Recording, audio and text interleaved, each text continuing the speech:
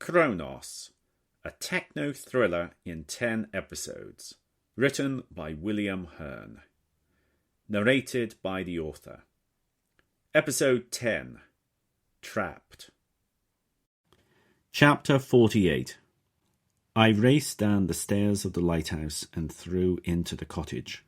"We've got trouble," I shout. "The Bratva is coming." Max looks at me in shock. "We've got to get out of here," he says. "They mustn't get Phaser." "There's no way out," I say. "The causeway's flooded, remember?" "How many?" Mina asks. I shake my head. "Not sure. I couldn't see clearly in the moonlight. They have 2 boats, though." Max gulps. "We've got no choice. We're going to have to stay here and hope your friend reaches us in time."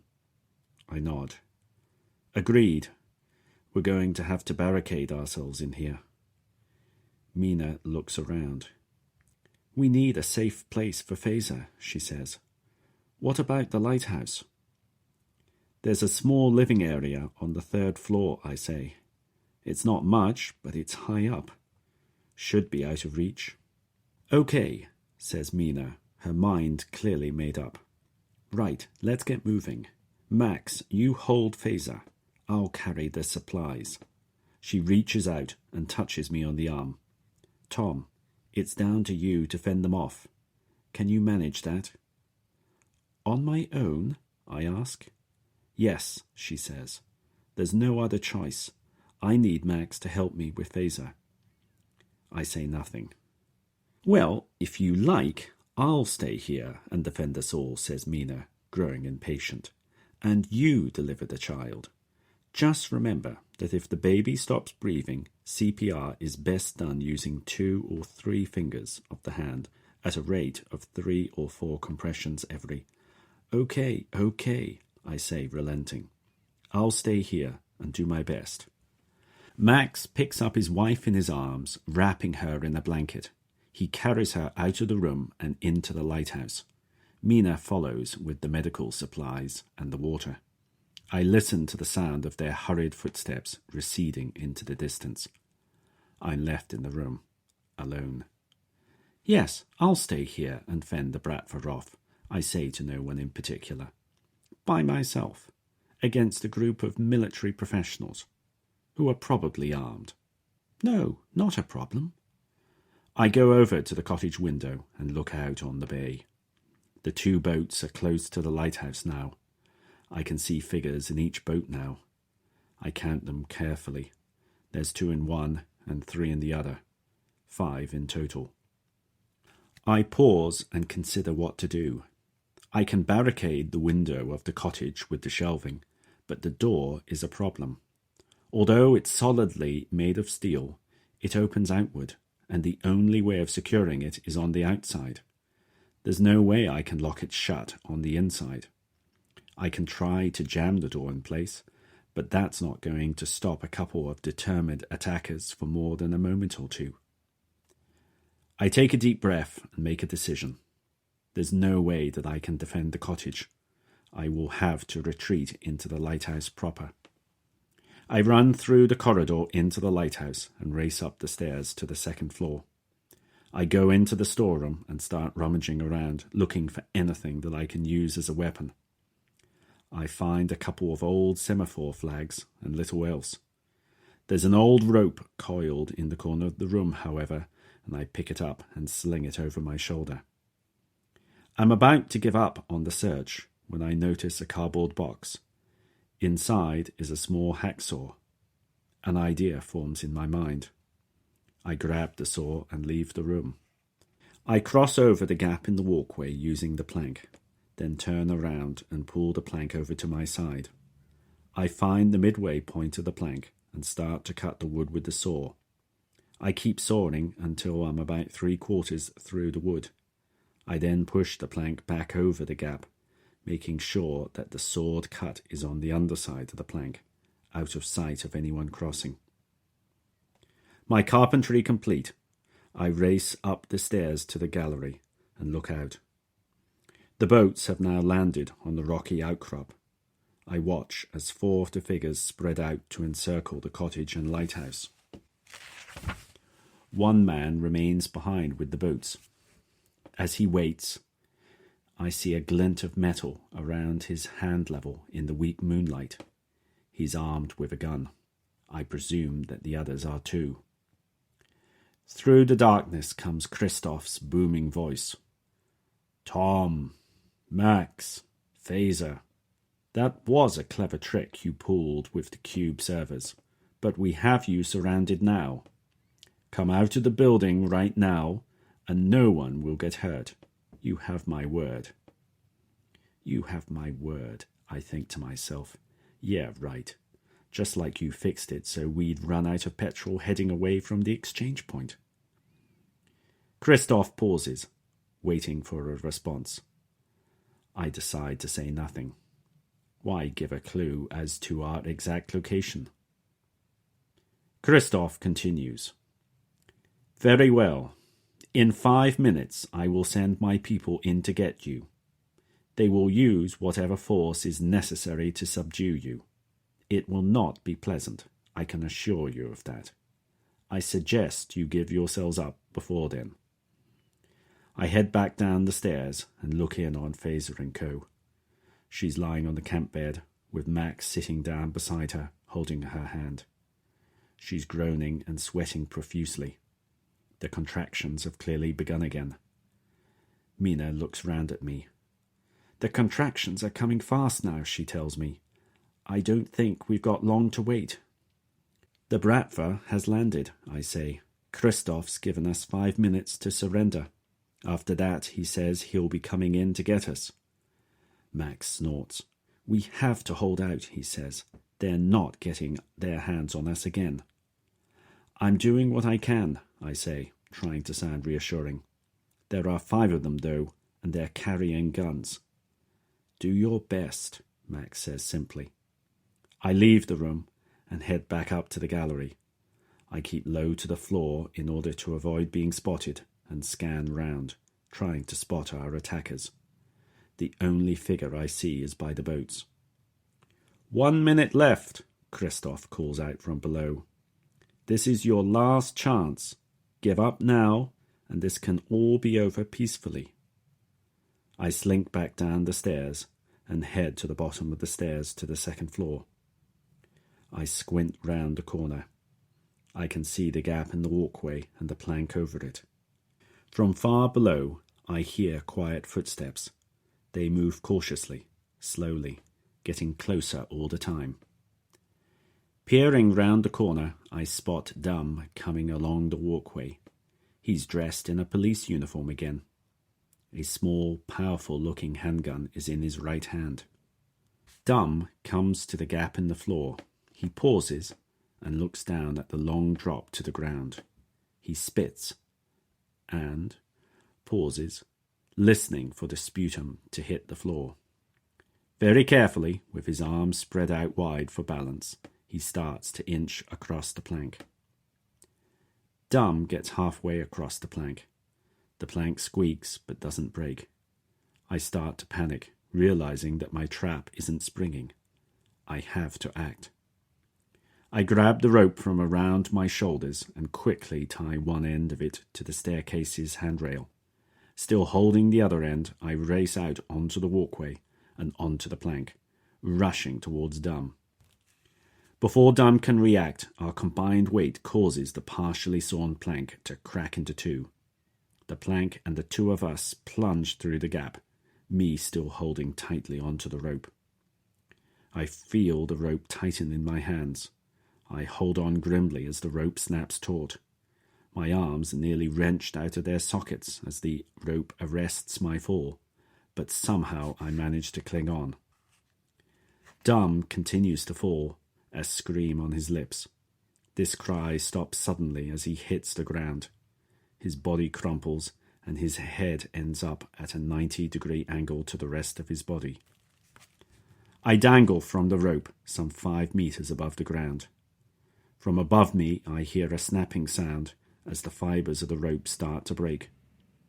It's not designed to carry my amount of weight, and certainly not to handle such a load so suddenly. There's a loud snap as the last fibres break and my plunge downwards resumes. I bend my legs, getting ready to hit the floor. I hit the ground, hit it hard. I manage to roll on the side on impact and avoid breaking any bones. I lie for a moment dazed, looking up at the gap in the walkway above. It seems a long way up. Did I really fall all that way? I stagger to my feet, checking myself for broken bones. My left wrist is sore, a sprain perhaps, but apart from that, I'm uninjured, which is more than I can say for poor Dum. I check for a pulse on his body, but find none. The fall must have broken his neck. I scrabble around, looking for Dum's gun. I find it in the corner. It appears undamaged. I tuck it into my belt and listen intently for other sounds. As I listen, I realize that the sounds from above me have changed. I can no longer hear Phaser's cries of pain. There are still cries, but they are much thinner and higher pitched. The cries of a baby. Phaser has had her child. I hear footsteps above me. Max appears in the gap, looking down. "Tom!" he shouts. "What happened? Are you okay?" "More or less," I say, rubbing my wrist. "It could have been a lot worse." "Phaser's had the baby," Max says. "We have a son." "Congratulations," I say. I look at the time on the display of my phone. It's well past midnight, which means it's now Christmas Day. "You have a Christmas baby." "Yes, I know," replies Max. "It should make remembering the kid's birthday easy. Not that we're going to be forgetting the events surrounding his birth any time soon." "Phaser told me," I tell him. "You know, about her one-night stand.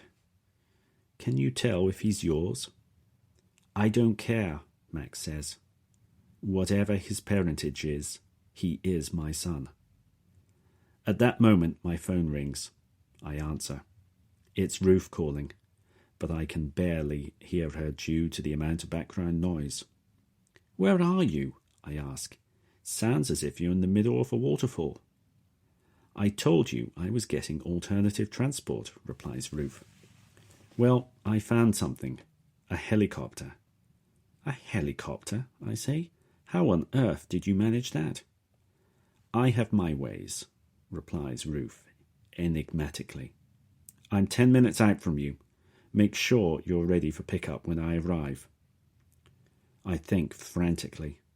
The rocky outcrop that the lighthouse and cottage is built on is too small and uneven to land on. "There's not enough room to land the helicopter by the lighthouse," I tell her. "Then we'll go with plan B," says Ruth. "This helicopter has a winch and a rope ladder. We'll use that instead. Get everyone to the top of the lighthouse and I'll pick you up from there." "Okay," I say. "There's one thing you should know. The Bratva is on to us. They're outside the lighthouse." "Then we better make the pickup quick," says Ruth. "Hang in there until I arrive." She drops the call. "Ruth's on her way," I tell Max. "We're going to evacuate by helicopter from the top of the lighthouse. She'll be here in 10 minutes. "We'll be ready," says Max. "But what about you? How are you going to get up here?" "Don't worry about me," I tell him. "I'll find a way. Just make sure that everyone else is ready."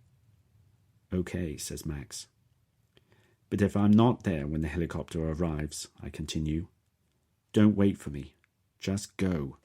I don't want Phaser and your son in danger for a moment longer than necessary." "I understand, and thank you," says Max. He disappears from view. I hear his footsteps recede. Now I'm on my own again. The full scale of my plight becomes apparent to me. The plank is smashed beyond all hope of repair, and the gap in the walkway is far too big to jump across.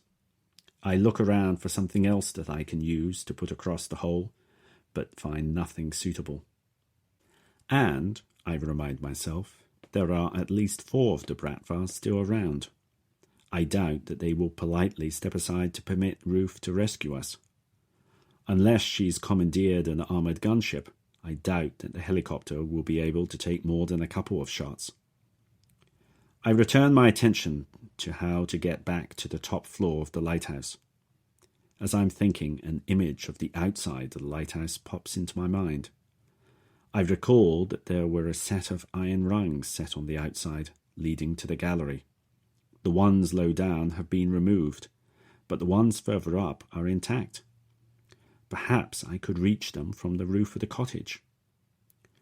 Cautiously, I creep through the corridor into the cottage.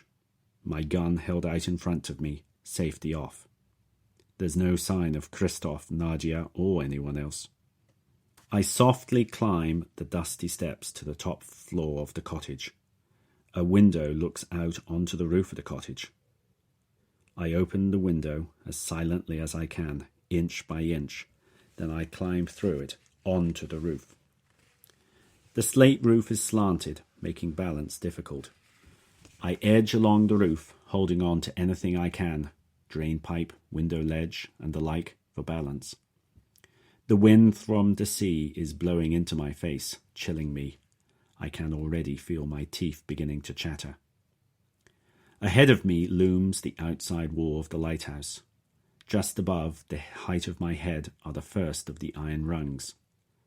Unfortunately, the roof of the cottage dips down just before it reaches the lighthouse. I'm going to have to make a jump for the rungs.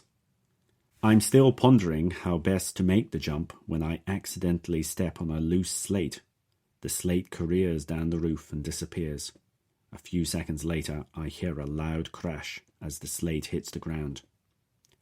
I pin myself to the roof, absolutely still. Did Christoph and the others hear that? With it so loud, how could they not? I hear running footsteps from the other side of the cottage. They slow and stop below me, out of sight, just where the slate must have fallen. I slow my breathing and stay as silent and still as I can. I finger the trigger of my gun, ready to fire if I get the opportunity. I keep myself still, straining to hear any sound that might give me a clue as to what is going on below me. I hear nothing. I wait. I look towards the lighthouse and the rungs embedded in it. The jump looks manageable, and the climb shouldn't take me more than a few minutes. However, while I'm climbing, I'm going to be an easy target. Maybe if I cause some kind of distraction first. My thoughts are disrupted by the sound of footsteps on the staircase. They're quiet, but I can hear and feel them through the roof. I turn my head towards the window that I came through. Suddenly, a head appears through it, looking towards me. Instinctively, I fire my gun. The figure cries out. Is it a feminine scream? I can't really tell, and disappears from sight. A shot comes from below me, and a slate just by my head shatters. I turn and look down, and spot another figure, gun held high, pointing towards me. I shoot once, twice, I'm not quite sure, and the figure crumples. I'm panting from the adrenaline surge. I try to calm myself down and listen for further movements. Nothing. I wait for maybe 2 or 3 minutes, but still hear nothing. Ruth will be arriving any minute now. As I've ordered Max to make sure that the helicopter leaves as soon as they are aboard, I can't delay any longer. I edge myself along the rest of the high roof and reach the point where it ducks down. A meter or so in front of me is the first of the iron rungs. It looks solid enough. The jump doesn't look that bad, although if I miss, I'm going to fall a good few meters. I suspect that I have only one chance to make the jump correctly. I tuck the gun back into my belt. I take a step or two backwards, and then a couple deep breaths. I throw myself forward, jumping as my feet reach the end of the roof. I sail through the air, my arms outstretched, reaching for the rung in front of me. I hit the wall, hit it hard enough that it knocks the air out of my lungs, and my vision goes dark for a moment. Dazed, I scrabble for the rung to cling onto. My right hand feels something solid, and I grab hold of it. My sprained wrist slams against the wall, and I scream out in pain. However, I manage to cling on to the rung. I pull myself up and hook my left arm over the next rung. Something clatters onto the roof far below me. I look down and see my gun lying on the low roof. It must have slipped from my belt when I hit the wall. I let out an involuntary curse as I realize that I have no way of retrieving it. I start to climb the rungs.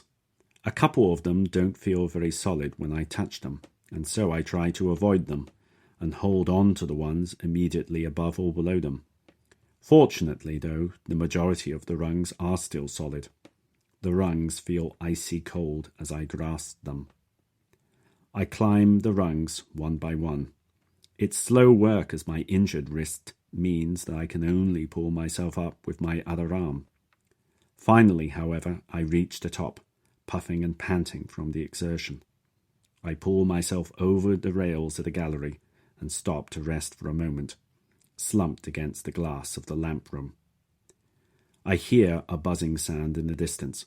I pull myself to my feet and scan the sky. I can see a white light far out from the coast, fast heading towards us.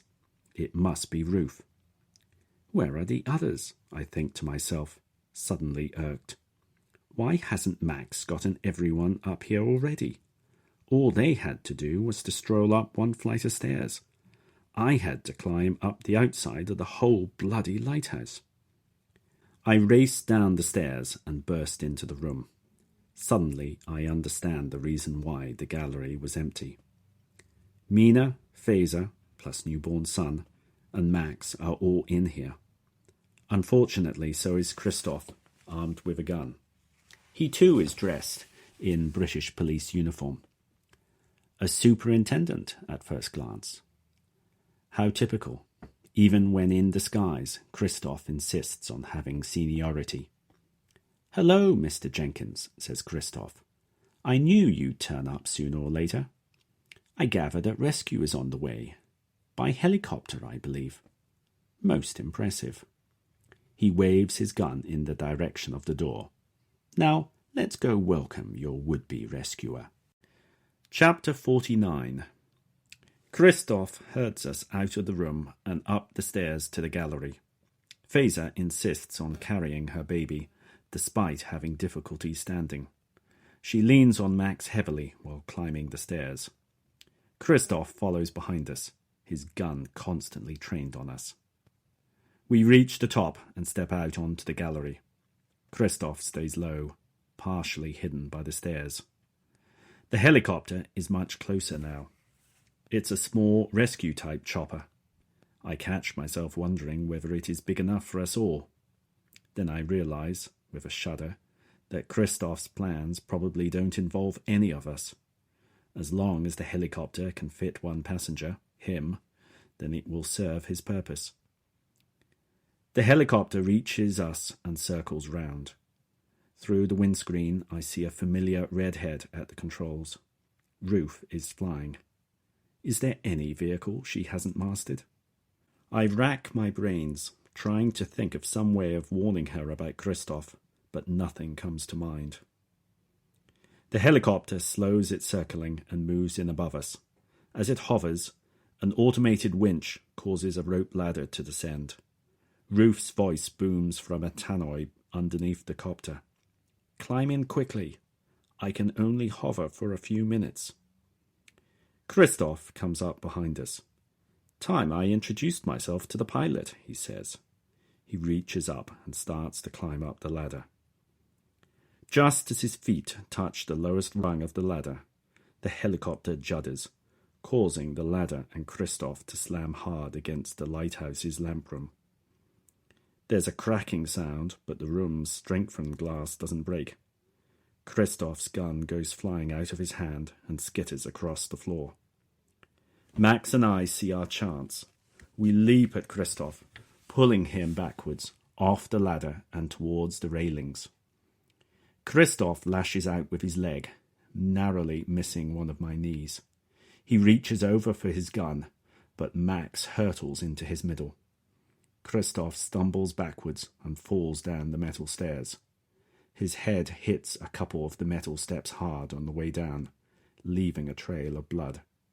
His body slumps to the bottom of the stairs. He doesn't move again. "Into the copter!" I shout, fighting to make myself heard against the roar of the helicopter's engine and rotor blades. Fazer climbs up the ladder first, the baby now strapped to her back, using Max's jacket as an impromptu sling. Mina and Max then follow. While they're climbing, I decide to check on Christoph. I go down the stairs and check his body. As I suspected, I can find no sign of a pulse. I head back up the stairs. Mina and Max have climbed into the helicopter and are gesturing at me urgently to get aboard too. I grab hold of the rope ladder and start to climb. The rumble from the helicopter's engine increases and the ladder and me start to rise into the air. Ruth clearly wasn't joking about not hanging around. I feel a tug on the ladder. Then something grabs both of my legs. I look down and see Nadia grimly holding on to my ankles. She's bloodied. There's a deep cut on the side of her face, but she's most definitely alive. I struggle to free my legs from her clutch, but she clings on. I try to kick her in the head, but she dodges the strike.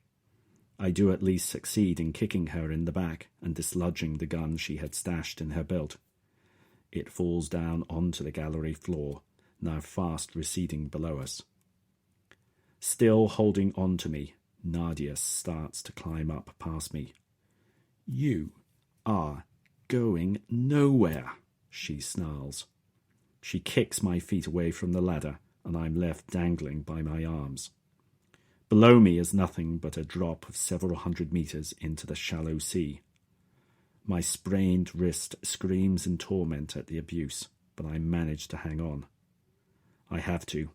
At this height, I have no doubt that falling would be fatal. I look up towards the helicopter and see Mina and Max staring anxiously out of the hatch. I imagine Fazer inside, protectively cradling hers and Max's new baby. I know that I cannot allow Nadia to get up there. If there's a price to be paid to ensure that, then so be it. "Release the ladder!" I scream up at them. "Cut the ropes if you have to." Max ducks back into the helicopter. I hope that he understood my message. Nadia continues to try to climb past me on the ladder. I resist as much as I can, but she is strong, very strong. I manage to hook one of my legs back onto the ladder and give myself a little more leverage. This frees up one of my arms, and I make the most of it, aiming an elbow at Nadia's head. She blocks the blow easily with an upraised arm, but her climb is slowed temporarily. Nadia drives her fist into my stomach, winding me.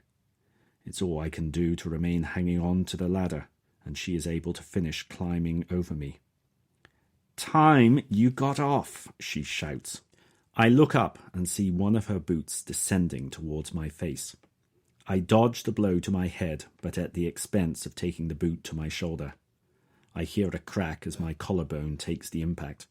Then a wave of pain hits my shoulder, and I scream in agony. It's all I can do to remain clutching onto the ladder with my one good arm. Nadia raises her boot, preparing to strike down on me again. There's little I can do to resist.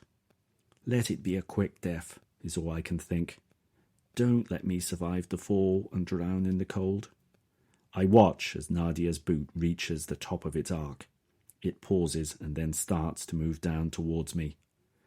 I brace myself for the force of the impact. I shut my eyes and wait. I open my eyes again. Nadia's foot is still above me, but it's now hanging limply. I look up beyond the foot and catch sight of Nadia's face. It's expressionless. The eyes are lifeless. Blood trickles down from the top of the scalp. Nadia's body loses contact with the ladder and she falls past me towards the sea below me. I watch as her body hits the water and disappears beneath the waves. I look up and see that Max is back at the hatch. He's holding a gun. He's staring past me in shock at the stretch of water where Nadia fell. I pull myself up the ladder. It's slow work due to my suspected broken collarbone, but I manage to make it in the end. Mina and Max grab hold of me at the top and haul me into the body of the helicopter. I lie there panting. Ruth, in the cockpit, turns around and gives me the thumbs up. With my one good remaining arm, I weakly reciprocate. Max kneels down beside me. "We need to get you checked out," he says, looking with concern at the state of my shoulder. "Ruth's plotted a course to the nearest hospital. We should be there in less than 20 minutes. "Where did you get the weapon from?" I ask Max. "Ruth had it," Max says. "She offered to do the shooting, but only if I took over the controls of the copter. I figured that she was better off at the controls than I was." "I didn't know you knew how to fire a gun," I say. "That was mighty accurate shooting back there." Max pauses, looking embarrassed. "I've never used a gun before," he admits. "I just pointed it and hoped for the best. I figured I had a 50-50 chance of hitting Nadia and not you." Despite the pain in my shoulder, wrist, and abdomen, I can't resist breaking out into a laugh. Ruth banks the helicopter slightly and makes a course turn. Chapter 50. 7 months later. 15 minutes to go, Max calls out from the other room. "Send him these slides now." I know, I grumble back at him. "One last graphic to change, and then I'll send them. Promise." I sit at my desk, hammering away at my keyboard, rushing to complete a plethora of last-minute changes. The cottage in Galloway Forest Park has been my home for the past 6.5 months. Collins and I had agreed that I couldn't go to the police to clear my name until we were ready to make our announcement. As a result, I had been living the life of a recluse, limited to the grounds of Collins's home in the park. I'm allowed to take the occasional short walk outside the walls of the estate, but only after dark. I try not to think of it as house arrest, but that's what it effectively is. But at least it's a very comfortable one. The cottage is well equipped with all mod cons. The internet connection is excellent. I have the sole use of a multi-gigabit per second connection, and I have access to all the books, television programs, and movies that I could possibly wish for. I don't get many visitors, for obvious reasons. Collins looks in from time to time, but, as he travels a lot, most of our communication is done via email, IRC, and video calls. Ruth drops by 3 times a week with food and other supplies. I think she might be finally warming to me. Over the past month, she's accepted with increasing frequency my offers of staying for a coffee. I'm working up to offering to cook dinner for her, followed perhaps by a walk in the starlight.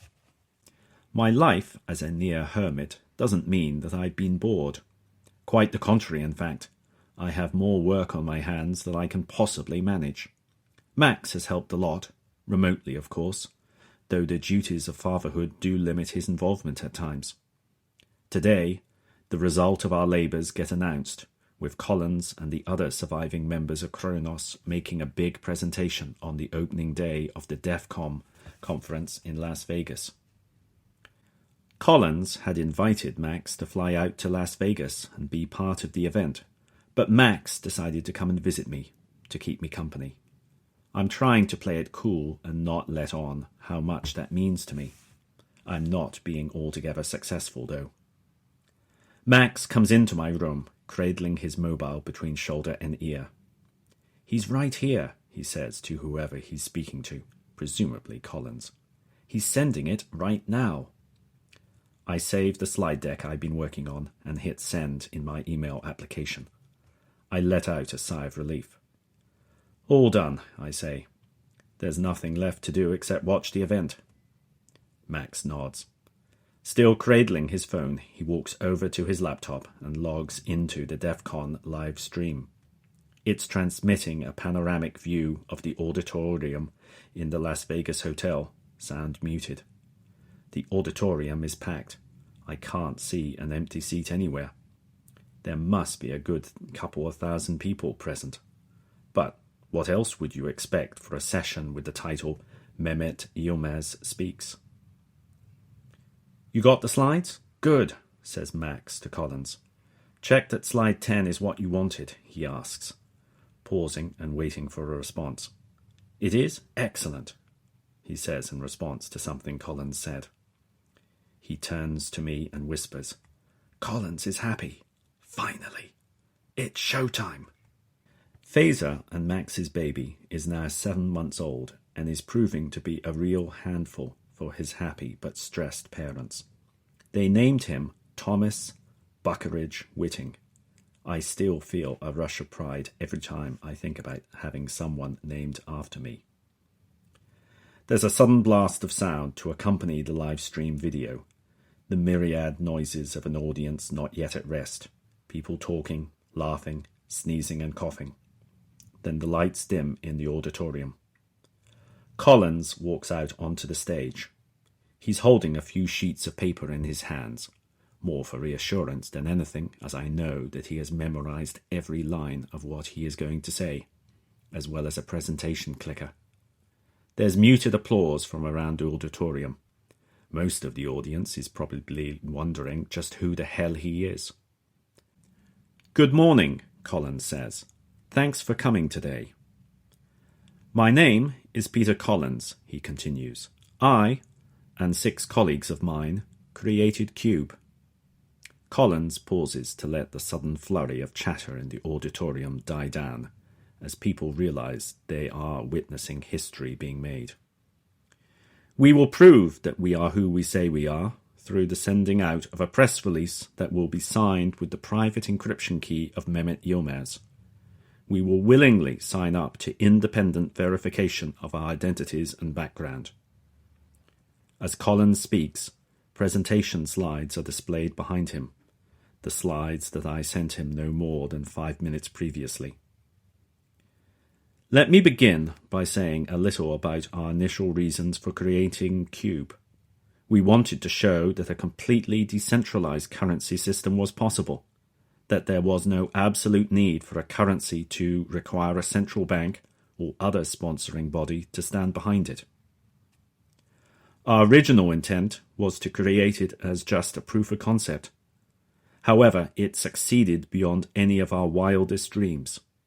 Today, over 1 billion Cube transactions are carried out every day, and the currency is used in every country in the world. Some countries have tried to outlaw it, but with no sponsoring body to go after, they have all failed. Cube has been proven to work at scale. It is resilient and has resisted every effort to date to hack it or to fraudulently create currency.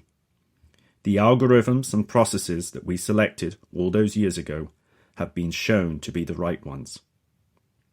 We, the creators of Cube, have looked on with great pride and satisfaction as the currency gained popularity. We chose to continue to remain anonymous to avoid the tiresome pressures that come with fame, and because we felt that we would have a greater impact for good if the world did not know our identities. However, for reasons that I will go into shortly, today we are voluntarily stepping forward and revealing ourselves publicly. This is not something we do lightly, but in view of certain recent events, it is something we feel we must do. Today, we are announcing the formation of the Cube Foundation, with the 6 of us on the trustee board. We will appoint professional leadership to run the organization and conduct the day-to-day development and support of Cube. We will oversee and provide guidance where necessary. By creating the foundation, we will open the currency's operation up to the same level of scrutiny as has been given to the software's open source code. We have nothing to hide and will demonstrate this by taking these steps. Collins pauses for a moment before continuing. So why are we doing this? because Cube was, without our knowledge, tampered with. Every Cube address generated has also been tagged with the ID of the device that generated it. Collins's bombshell sparks much talk and even shouting in the auditorium. A flurry of flashes goes off as press photographers take photo after photo. Collins waits for the hubbub to die down. The tracking code was inserted by the seventh creator of Cube, acting without the knowledge or say-so of the group as a whole. We don't know his motives for putting the tracking code in place, but we suspect that he was working for a US government agency. Even more noise in the auditorium. Collins again pauses and waits for it to subside. The person who added this code is no longer alive, killed during an attempt to keep the tracking function secret. His death is the subject of an ongoing police investigation, and so we cannot say any more about this matter until that has been concluded. Further noise and camera flashes forces Collins to pause again. To resolve the tracking issue, we are today announcing version 2 of Cube. While retaining full backward compatibility with the original version, this new version has been written completely from scratch. None of the code written by our erstwhile colleague has been included in the new version. The software is entirely open source, and we invite the world to scrutinize it and look for malicious code. To encourage this scrutiny, the Foundation will be establishing the most generous bug bounty program ever. Those who find defects in the code will be well compensated for their efforts. We realize that many, if not all of you, will have funds associated with existing wallets that contain traceable addresses.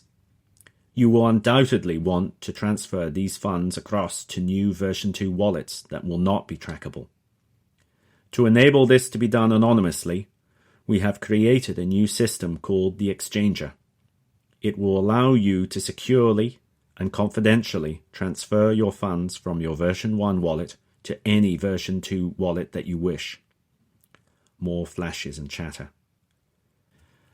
Many of you will, I'm sure, be wondering how these exchanges will be done confidentially, given that all these transactions will have to appear on the global ledger.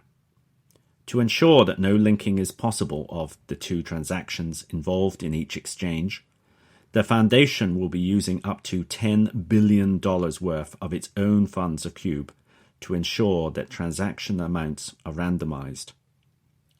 The exchange system is available via the Foundation's website and will be going live at the end of this session. The full source code to it will be published, alongside that for Cube version 2, at the same time. The Exchange is the project that Max and I have been labouring on for the past few months. Its task is relatively straightforward, but ensuring that no one can trace anyone from their version 1 Cube address is difficult. Credit to Max for coming up with the idea of using the Foundation's own funds to ensure that every outgoing transaction is more than the incoming one. The amount added is randomly determined and can be anything from 1 cent to several $100s. This has the side benefit of motivating people to use the Exchanger, as they may receive substantially more units than they put in. Think of it as a lottery where everyone is guaranteed to win at least a small prize. Announcing this at an event in Las Vegas seems highly appropriate. We will be making ourselves available to the world's media for questions throughout the rest of the day. For now, you can find more information about all of this on the Foundation's website. And with that, Collins turns and strides from the stage. He doesn't look round as he ducks beneath the curtain. A few seconds later, he returns to the stage, this time accompanied by the other 5 members of CHRONOS, including Sam's. The audience gives them a rousing reception, many rising to their feet to give them a standing ovation.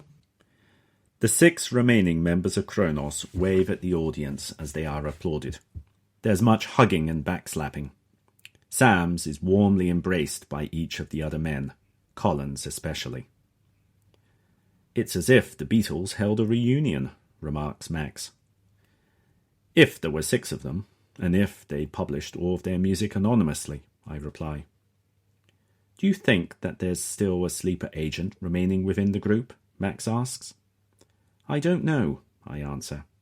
And to be honest, I don't think it matters anymore.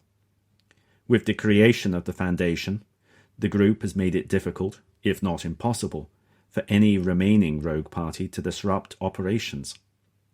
Anything they tried to do would have to be done in public, and so would be open to scrutiny. Finally, the CHRONOS members take their leave of the stage, darting back under the curtain. The lights in the auditorium come up, and the audience stands up to head outside. Max shuts the lid of his computer and comes over to me. He shakes my hand. We did it, he says simply. I hope so, I say. I guess we'll find out in an hour or two just how solid the exchange really is. I look at my watch and get up out of my seat. In the meantime, I say, I have to go and hand myself in. Max looks surprised. So soon? He asks. That was my deal with Collins, I tell him. As soon as we made the announcement, I was to go to the police and give them my account of what really happened with Regan.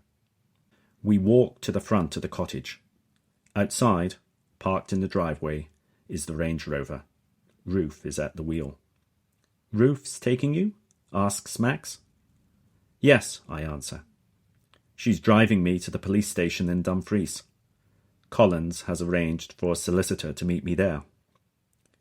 Good luck, says Max. Let me know if you need anything. He hugs me. Thanks, I say. I'll be fine. I open the passenger side front door of the Range Rover and start to climb in. Max reaches out and touches my arm. Do you think it was worth it? He asks. I mean, in the end? I consider his question for a moment. It was a hell of a price to pay, I say at last. Buckeridge, all those people at the commune. But yes, I think it was. Things have worked out okay for us. You have Fazer and your son, both safe. I will hopefully soon be exonerated. And CHRONOS has achieved what every startup dreams of doing, going public. That was the final episode of CHRONOS, written by William Hearn and narrated by the author. For more information about this novel, including how to obtain an ebook or printed hardback copy, please visit the website at chronosthenovel.com. This audio recording is licensed under the Creative Commons Attribution, Non-Commercial, Share-alike 4.0 International License.